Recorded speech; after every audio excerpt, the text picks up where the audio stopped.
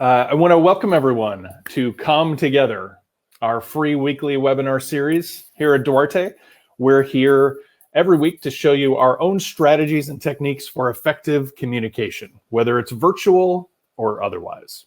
Each week, we spend 30 minutes with some of Duarte's communication experts.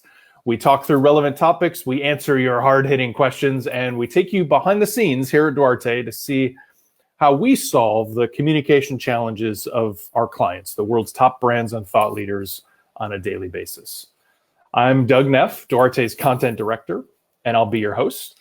Last week, we talked to Dan and Brittany about facilitating virtual collaborations. That episode and the rest of the series can be found on our YouTube channel, and you'll also find a blog post on each topic on our website with the embedded video that you can watch. This week, we're going to talk about presentations. Specifically, how to deliver presentations dynamically when you're virtual, like we all are right now. We all live in little glass boxes. And this week on The Muppet Show, our very special guest star is Jeff Davenport. Yay! Jeff is a senior content developer and executive speaker coach here at Duarte.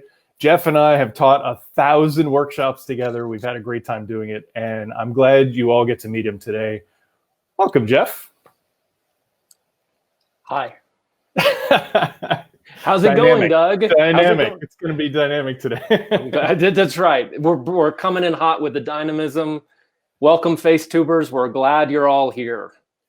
Let's frame up what conversation we're going to have today, Jeff. All right. Well, if you're like me, you've been doing a lot of virtual presenting lately, and it's making you go a little crazy.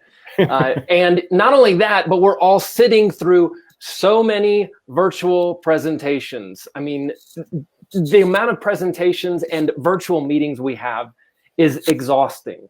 Just think about how many you've had or you've sat through in the last month, in the last week, maybe even today. Maybe you've already had to sit through a few of this kind of thing today. We're doing tons and tons of these. And as a presenter, as a virtual presenter, you want yours to stand out, right? There are so many out there, and you want yours to stand out in the crowd because you believe your message is important. And so what we're going to talk about today is not you being just one of many different things, but that you would stand out. There would be something about you and how you present that stands out. You want to be the best, the most engaging, most interesting virtual presentation that your audience sits through all day, all week, and maybe all month. Let me say that again. You want to be the most interesting and engaging virtual presentation that your audience sits through all day, all week, or maybe even all month. Well, there's a lot. Yeah, there's a lot. That's our goal today too. Be the most interesting presentation of your day, right? I hope. At the least, I'll be the reddest face you see on a camera all day. We don't know what's going on with my coloring. But there is obviously a lot at stake because you want your message to come through and you want it to land. Here are some facts, 2 facts. Okay. Number 1, virtual communication matters. And number 2, get ready, I'm gonna blow your mind. Virtual communication is hard. It matters because right now, this is all we've got. Nobody's going into a big room with 100 people going, well, let me present my ideas to you. We can't do that. It matters because this is the clay we have to mold. And it's hard because there are so many unseen layers between me and you in a virtual environment. For sure. It's like this pane of glass is like speaking through an aquarium. And it's hard to reach through and touch someone. It's hard to move people through this pane of glass. Yeah, in person, you can pick up on cues, you can make those connections. You can't do that as well virtually. I was talking with our colleague Patty, and Patty and I were talking about how we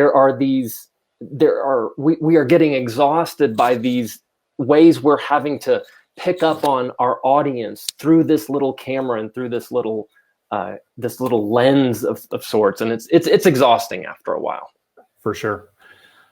Well, I think that Jeff will spend about 20 minutes talking through that topic, delivering dynamic virtual presentations. We'll go through some tips. I know you've brought some good ones today, and then we'll switch over to Q&A. So our friends at home, before we get started, we'd like to make sure we're actually receiving your questions. So please leave us a comment in the Facebook chat about this question. What do virtual presenters do or not do in your experience that disengages you during virtual presentations? What have been the worst that you've seen? And we'd love to hear some of your stories. And that comment window is also the place to start asking your questions if you haven't been already. And our producer, Emily, will be watching for them, and she'll tee them up for us when we get to the end of the webinar. There are always potential distractions when using technology to watch a presentation. Long explanations, that's for sure. We work with a lot of engineers and software nerds, and there are long explanations to these complicated things. How about when the slide is not in sync with what they say? Usually stuff going on outside of the session that disengages me. Drone on without pausing for actual conversation. Many of the same things that plague bad in-person communication. These are great. We're getting a lot of interaction here. And these are all true. We see these all the time. So again, keep putting your questions in the chat there, and as we go through, we'll come back to those in real time if it makes sense, and if not, at the end of the webinar. All right, let's get into it, Jeff. Yeah, let's do it. Let's do this. When it comes down to it, as a presenter, you want to pop. You have to pop to get the attention of your virtual audience. Is that important in person? Well, of course it is. But I would say it is doubly, well, science that I'm making up would back up the fact that it is quadruply important to pop in a virtual environment as you would in an in-person environment. You want your voice to pop through this microphone. You want your image to pop through the camera, and you really want your content to pop in the minds of your audience and your visuals to pop on the screen. You're wanting that pop. Now, love it. Okay. Now let's talk about corn, because I know most of you, tuned in to hear me talk about corn. So let me talk about corn. Let's talk big about corn. Is there anything more boring than corn? Probably not. Imagine a can of corn. That is the most boring thing in the world. But a lot of our presentations have to have corn. There's some goodness to corn, right? You get fiber and vitamins and minerals and whatnot in corn. And so your presentation can have some corn in it. But it also has to have some popcorn. I'm going to say popcorn. Yeah, that's popcorn. Doug's reading the slide. He's good at this. Wait a minute. Look what Doug has brought. No one told me we're bringing props. Your presentation just pops, Jeff. It's great. Oh my word. I love it. This is hilarious. Right. Where did you get this popcorn from? I like that. Just off screen. We have a prop shop in the guest bedroom. Wonderful. Look at that.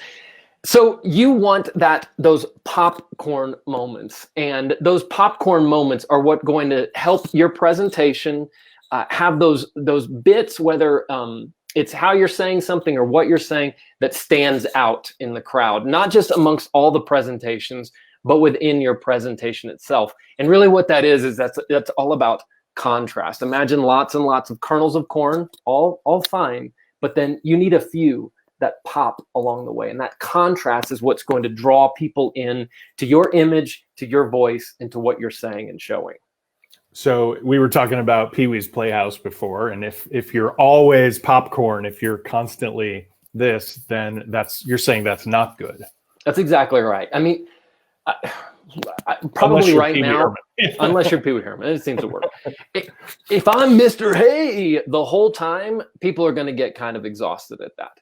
And so when it comes to what you're saying and how you're saying it, you need to choose those specific, most important moments to really lean in and to really dial in on how you're saying things and what you're saying. Okay, got it. So three areas of your presentation, I'm guessing? Yes. 3 buckets of your corn and popcorn. Number 1 is your content. Number 2, your design. and number 3, your delivery. And so we're going to talk about how to pop in each of those. Great. So tips for each category. And I think this is especially good because there's a bigger danger with virtual presentations than in regular presentations. You know, the contrast point you're making is valid for any presentation. We coach speakers on that all the time. But in virtual presentations, there's just so much more going on. There's that aquarium between you and your audience. There's more distractions on their end. So I like this tip specifically for when we're being virtual. How can we pop better? That's right, because virtual audiences, the way we engage with a virtual presentation, it's different than how we engage in presentations that are in person. And it really comes down to this. It's because a virtual presentation audience's default setting is boredom. It's boredom. I hate to say that, but it's boredom. And if you're like, no, it's not. Just think about yourself for a moment, sitting there listening to Doug and I do our little dog and pony show.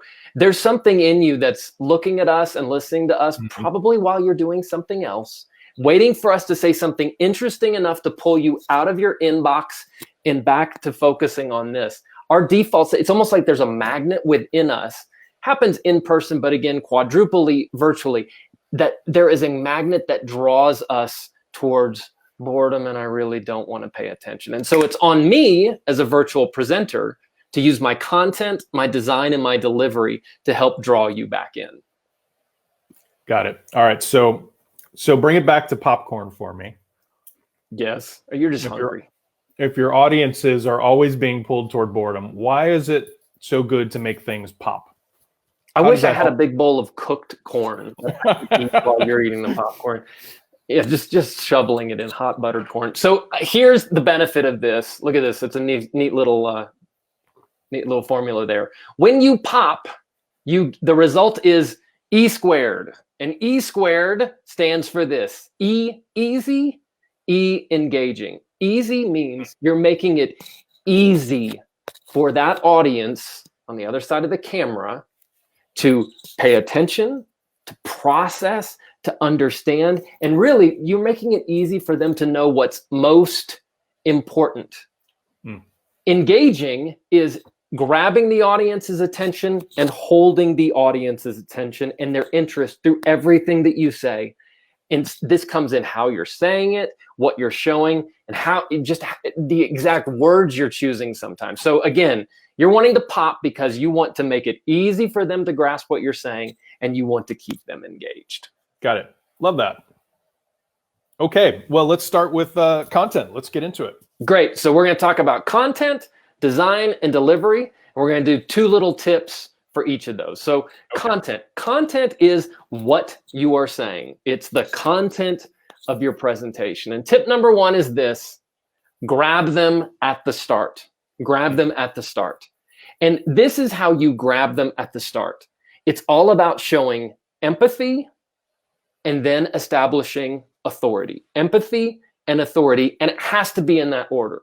So empathy is coming out hot, naming their pain, describing what they're struggling with. You want them to feel like, has this guy been reading my email? He knows exactly what I'm struggling with, and he may have a solution. And you follow that up with authority. Authority is, hey, I've established I know what your pain is. Authority is, I'm the right person to help. And you have to do it in that order.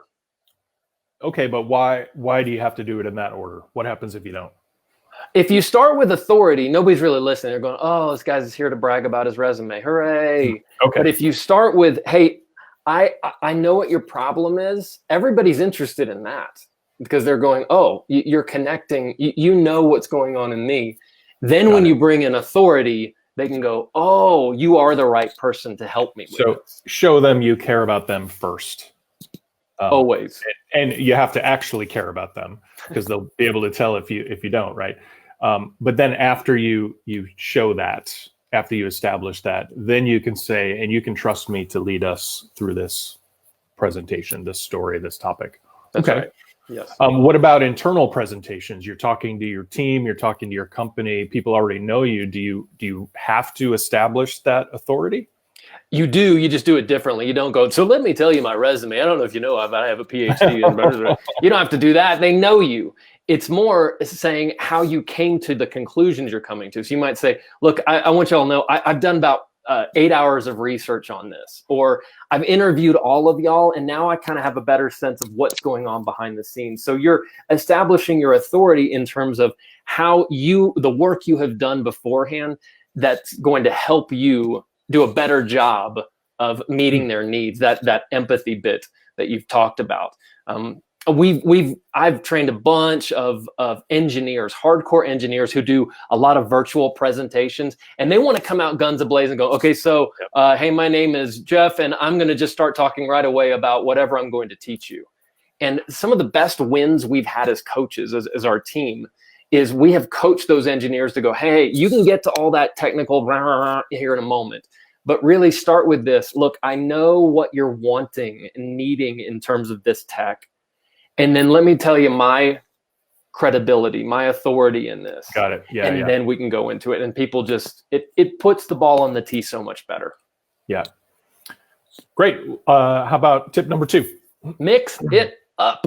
This is a variety of content. You got all data, add a story. You got all stories, add some data points. Tell about the history of the problem. Paint a possible picture of the future. Use quotes. Again, in person, you can't get, you need variety there, but even more so when you're trying to make your content pop here. So don't have all of one kind of content throughout a presentation. Bring in a variety. It is vitally important. This is a great tip, and I think you see this through all of our training materials at Duarte, but also whenever we work with clients, I think this is one of the most surprising things we bring to the table for a client, and where they have 10 data slides. That's what they've got. They don't have a photograph as part of their content, but we find 10 different ways to tell that story. It doesn't have to be chart. One of those charts could just be a big number. One of those charts could be a quote that gets the point across. One of those charts could be a photograph. One of those charts needs to be a chart. And I think clients are often surprised by how much thought we put into, well, we know what the chart is. We get that, but now let's figure out what the best mix throughout the presentation is so we can mix it up. So that's a great tip. Mix is the right word. You want to mix, not all of one thing and not all of another, but a mix. That's well put, Doug. Let's all right. We're having so much fun talking that we're burning our time up. So let's get into design.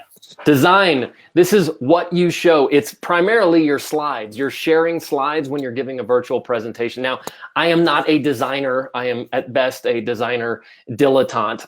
And you probably aren't a designer either. Thankfully for me, I work for a firm that has a bunch of world-class PowerPoint designers who can help me with my slides. But sometimes when I don't have access to them and I need to make slides, I can still take the same principles that they apply to the work we do with clients and apply them to my little slides here.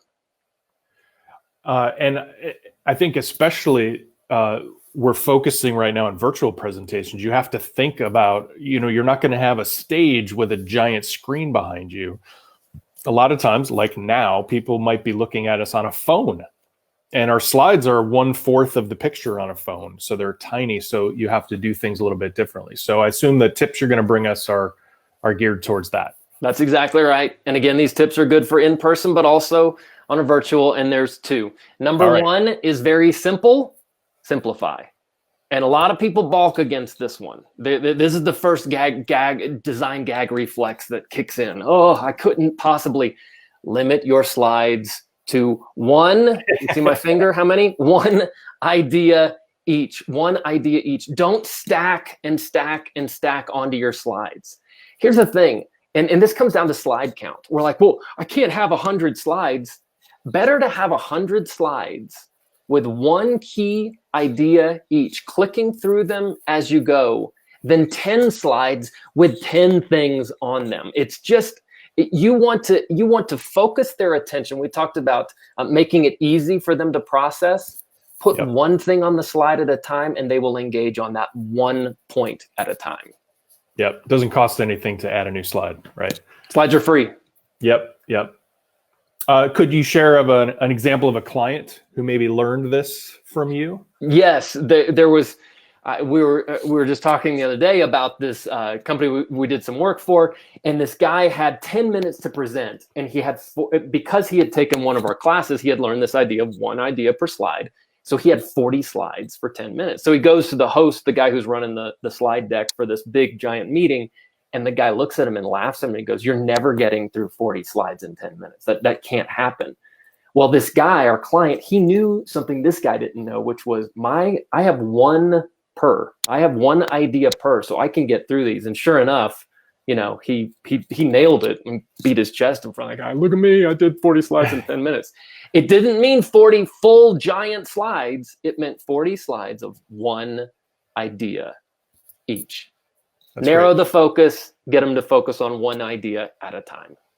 Awesome. Okay, so then tip number 2. Guide their eyes. Direct. This is a very simple thing, but using hierarchy, colors, font size, whatever, you can guide someone's eyes to what's most important on the slide. So Doug, if you can back up to that default setting slide we all have. Yep. There we go. There you go. What's the most important word here? Boredom. That's right. Whoever said that, it's boredom. How do you know? Color. That's right, because it's a different color. I've just made, now I didn't have to make that green, but I made it green because I wanted to make sure it stood out. And so that's what you're wanting to do with your slides. Make it one idea and make the most important idea jump out at them visually. Love it. Okay, so 2 simple design tips: simplify, one idea per slide, and guide their eyes to what's important. All right, we got one category left and we got some questions piling up. So let's talk about delivery. Delivery, yes. Please keep putting the questions in. And if you've got fun dinner recipes, drop those in as well. Delivery is how you say things. So content was what you say. Design is what you're showing. Delivery is how you say the things you say. And this, of all 3, just to be honest, is my favorite way of communicating. Why is that your favorite? Because anybody can communicate your content. Anybody can show your slides, but only you can deliver the way you deliver.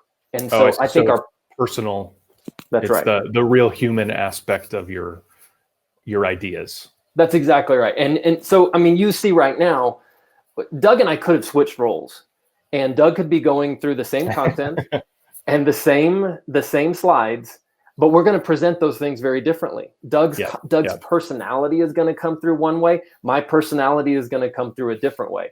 Doesn't mean I'm better, he's better. It just means we get to bring our own spit to the curveball. I made that phrase up. Hey, that was good. Yeah, it may be sports. So number one of the 2 delivery ones is highlight with your voice. Use your voice to punch something. I'll give you a little example. Oh, you remember this slide? Go back to the boredom slide. Yep. Just like we're visually punching with green, we're gonna punch vocally with our little voice here. Got it. So let's give it a shot. I'll give you an example. All right, you ready? Okay, great. So let's say I'm reading this boring sentence. In the coming years, we face a lot of unknowns. It's going to be more important than ever for each of us to raise our hands when we need help. So all I did was over-articulate that one bit, and hopefully in your mind, it jumped and went, that's more important than the other things. I just slowed way, way down on that to up-level it, to produce some sort of vocal hierarchy. It's the popcorn you were talking about before. Throw up some popcorn in that sentence somewhere with your voice. Love it. Doug brings in the popcorn analogy when he's feeling peckish. Okay, here's another one. Just I'm going to read it a certain way, and you grab onto what's most important. Okay. The new version has a ton of new features, including auto updates, new user interface, cloud backup, and social media APIs. All of these are going to make this the best version yet. So, Doug, what was the most important thing I said?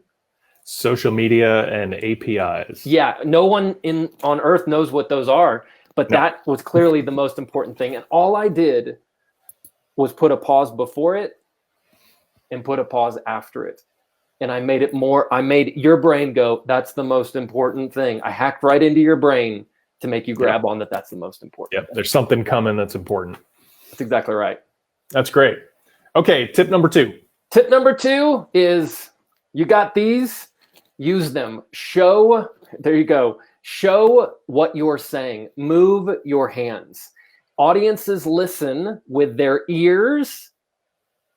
See how I'm pausing? And their eyes. They pause with their ears, or they listen with their ears and with their eyes. And so why not use your hands? You saw me earlier, I talked about content, design, and delivery, and how we're going to have 2 underneath each of those. Did I need to show you that with my hands? No, I didn't.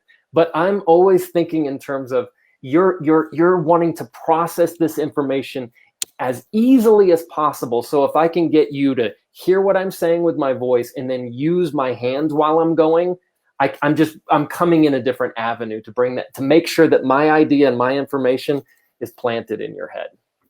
Are hand movements ever more important than your voice? I think your voice is always going to be more important because that's what's actually saying the things, but those hands can bring stuff to life. I worked with a client one time who had incredibly boring content, and God bless the guy, he had the flattest voice of anyone I'd ever heard.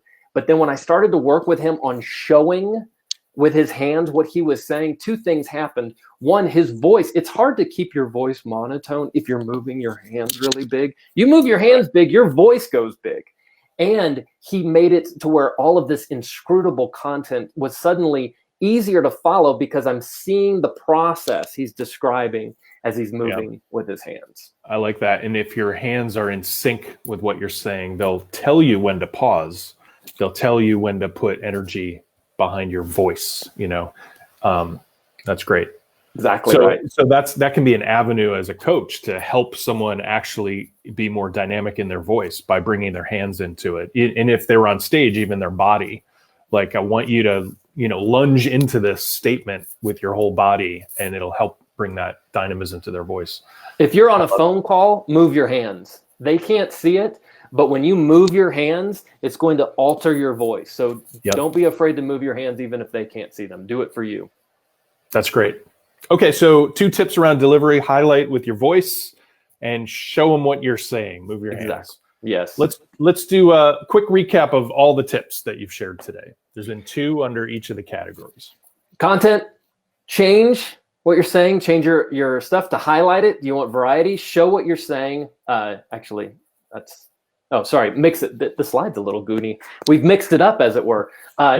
Content is mix it up. Design, simplify, 1 idea per slide, guide their eyes, and delivery. These are both mixed up. Change your voice to highlight it, and then show what you're saying with your hands. We've mixed all this up just to see if you're paying attention. Right. See if you're paying attention. That's great. Yeah. Drop in the chat box what we've done wrong. And we used to say, in terms of presentations, the bar was pretty low, so you didn't have to work very hard to be great on stage. What would you say about virtual presentations? The bar's even lower. We all know this. We've all sat through terrible, terrible presentations. And so if you're looking at this going, golly, 6 things, I got to change everything, just choose like 1. Just choose a couple of them to work at a time and lean into that, maybe with your voice, or simplify a slide. You will automatically be quantum levels higher than other people. And you just have to choose what's right for you as well. Someone had dropped in the chat, oh, Jeff, you seem like, you're hopped up on goofballs. You got all this energy and stuff. That's fine. That's me. That doesn't have to be you. You have to find your own way of doing this and bring your own personality to it. Now, you can't just go, well, my personality is I'm boring. No. That you got to challenge yourself to get in there and to deliver the way your audience needs you to deliver, to make your content the way your audience needs your content to be structured, and to make those slides the way your audience needs those slides to be made, so that it's as easy and engaging for them as possible. Yeah, love that. All right, that's perfect, Jeff. Thank you.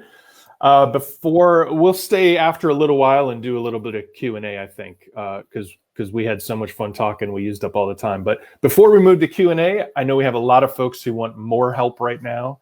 And at Duarte, we have lots more to offer. So I want to take a moment and tell you about those. We'll have a blog post going up soon on this very topic, including the video from this webinar. Duarte has four self-paced e-courses. They are all 90 minutes to 4 hours long. They cover story, design, and delivery, and you can do them at your own pace. They're really fun and engaging. We also have 3 new packages of speaker coaching. That's one-on-one coaching for you or for your whole team. You get to work with a coach just like Jeff and work on your specific issues that you want to get better at. Also, Jeff has been a big part of this. Our new, our in-person Duarte workshops are all now virtual. We deliver all 4 of our biggest Duarte workshops in a virtual setting. So visual story, data story, resonate, and captivate. And our newest, Captivate for virtual communication. So that's delivery, getting you to be a more comfortable speaker, dynamic speaker, just for virtual settings. We also made a special announcement last week that we're offering free access to one of our e-courses, Presentation Principles e-course, for anyone who's been laid off, furloughed, or has lost work hours due to the pandemic. As I said, it's self-paced. You take it on your own schedule, and you can learn how to write, visualize, and deliver your next talk at a really high level. Leap over that bar. It's an opportunity for you to gain some confidence and build up your communication skills. And we'll put more information about that offer in the chat if you're interested. And of course, we'll be back here next week with another webinar, and I'll say more about that at the end of our Q&A. So we did have some questions up here that I wanted to get to. You mentioned the one that Gemma put in there about high energy. And I agree. You said that you don't have to be like us, for instance. We're coming at this with our personalities. You probably, though, I would say, have to turn up the volume a little bit on your normal everyday energy. Is that a fair statement? Yes. We always say it's like a series of knobs, and a lot of those kind of have default settings about how much energy you bring, vocal dynamism, all that stuff. You have to increase them when you're giving a presentation, and you have to really increase those in the virtual environment. I normally don't talk like this. I know I need to. He really doesn't. I know. I'm the most boring human you've ever met, but I know that if I'm going to grab somebody's attention, I got to go into a different gear. Now, I can't keep this up for 3 hours. And by the way, virtual presentations should not be 3 hours. They should always be shorter than they are in person. But again, going back to this idea, you want to have the most interesting content someone hears in a week, and you also want to be the most interesting speaker someone hears in a week. And so you've got to find that gear for you and train yourself to go into that gear in a way that's authentic, not phony baloney, but actually authentic. Got it. So another question, can you give us an example of empathy and authority in an introduction? Well, we tried to do that at the beginning when our empathy beat at the beginning was around, hey, you've got all these presentations, everybody's sitting through these, you want to stand out. My hope was somebody went, yeah, I do want to stand out. And then Doug we got more into introductory type stuff, and you got a sense of who we were. And that was the authority that came afterwards. But with every client I work with on client, I begin with that. So it's nailing what is possibly the biggest struggle. And by the way, if you want the biggest point you can get as a speaker, the more specific you can get about the struggles that they have, and the more they go, oh my gosh, I can't believe they knew that that's my struggle, the more you'll feel that connection with people. Right. And I think it's a point now that it's not enough to say we're all living in unprecedented times. Everyone knows that. Everyone's been saying that for 8 weeks. You have to go a little bit deeper. You have to go connect with them on something real that people are feeling right now. And surprise them. My word, we kind of have jokes around the office right now about how everyone, like Doug's saying, is starting with unprecedented times, and we'll live. Yeah. Say something surprising. Say something that people aren't hearing. Again, don't be inauthentic, but say something surprising. Yeah. Okay, here's another question. Do you recommend animation in virtual presentations to help improve focus? Well, to help people latch on to what you're saying. Does animation do that? It can. And now when we're talking about builds, I'm all for builds, because one thing adds to another on a slide. And each time you add something new, it's like I'm directing my focus to that next thing. But Doug, you and I both know that a lot of animations clunk up on a virtual environment, and suddenly this beautiful, smooth transition looks like a third grader is doing a flip book in their corner of their biology textbook. Like it just doesn't quite work. Yeah, you have to balance that. You can't always trust the bandwidth you're going to have and your whole audience is going to have. So on virtual, I would say we try to minimize animation on virtual presentations since you can't count on that. Would you say, this one's from Gemma, would you say that you have to make the same data point several times and in different ways to get the story across online when you have limited attention span from people? Well, Jimmy, you're really asking the repetition question. And I find that repetition, if it's your main point, yes, use it. If you've got like one key data point and you're really wanting to drive that home, don't assume everyone's going to remember 42.6% because it was such an incredible data point. Bring it back, bring it back, bring it back. You saw here, I hope by the end of this, if we closed everything up and someone said, so what were the big three things they talked about? So I hope we've mentioned it enough that you would say content, design, and delivery. And so that's just because we repeated it throughout. So I would say, yes, if there's an important data point, repeat it.